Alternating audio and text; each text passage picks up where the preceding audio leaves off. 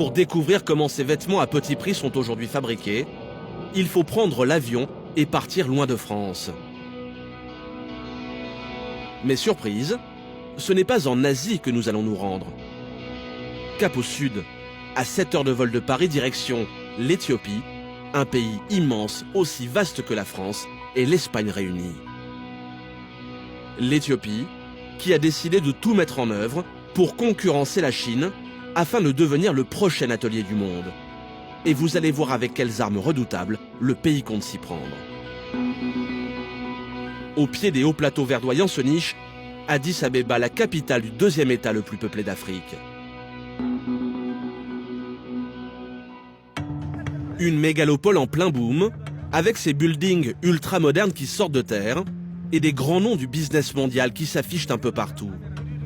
Car si l'Éthiopie fait toujours partie des 10 pays les plus pauvres au monde, elle attire aujourd'hui les investisseurs du monde entier. Et les rois du textile sont de la partie, car ce pays a quelque chose qu'ils recherchent en priorité.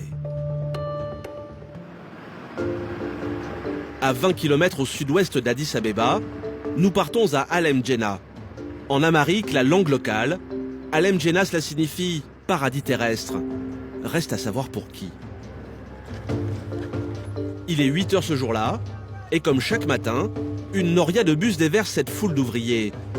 Des centaines de personnes qui s'apprêtent à débuter leur journée de travail dans l'une des plus grandes fabriques de vêtements du pays, afin de façonner les vêtements que nous porterons chez nous. Un lieu où tout a été pensé pour réduire les coûts de fabrication à des niveaux rarement atteints. Voici l'usine Ayka, du nom de son propriétaire, un groupe textile turc qui emploie ici 7000 personnes, pour la plupart des jeunes femmes d'une vingtaine d'années. Le grand patron des lieux, c'est lui, Erkan Turkoglu. Il n'est pas éthiopien mais turc. Un homme plutôt discret vis-à-vis des médias, pourtant il est loin d'être un inconnu dans le monde du textile. Il faut dire qu'ici, il a mis au point une machine colossale où tout a été prévu pour fabriquer à moindre coût les articles qui nous seront vendus en magasin. Et Tirkut en sait quelque chose. À 28 ans, il est l'un des managers éthiopiens des lieux. Tirkut est là pour veiller à ce que rien ne perturbe la productivité d'une usine où les articles sont conçus de A à Z. Et cela commence par la fabrication du coton, indispensable pour nos vêtements. Car pour casser les prix, l'usine a choisi de réduire les délais de fabrication en tissant elle-même les toiles qu'elle utilisera.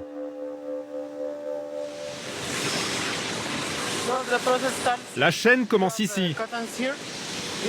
Ça, c'est du coton made in Éthiopie. C'est de la production locale. Du coton récolté non loin de là, dans ces champs que l'Éthiopie sème à grande vitesse pour booster son industrie textile. De la fibre brute qui va tout d'abord prendre la forme de cette barbe à papa blanche, avant de se transformer en une grossière corde. Puis, au fur et à mesure de son passage dans différentes bobines, la corde va peu à peu s'affiner pour devenir un mince fil de coton. Et Tirkut doit surveiller que cette belle mécanique ne s'arrête jamais, car c'est l'efficacité de toute la chaîne de production qui est en jeu. Et justement, ce matin-là, il vient de repérer un petit problème sur cette machine. Tu fais quoi là? Ton fil s'est cassé.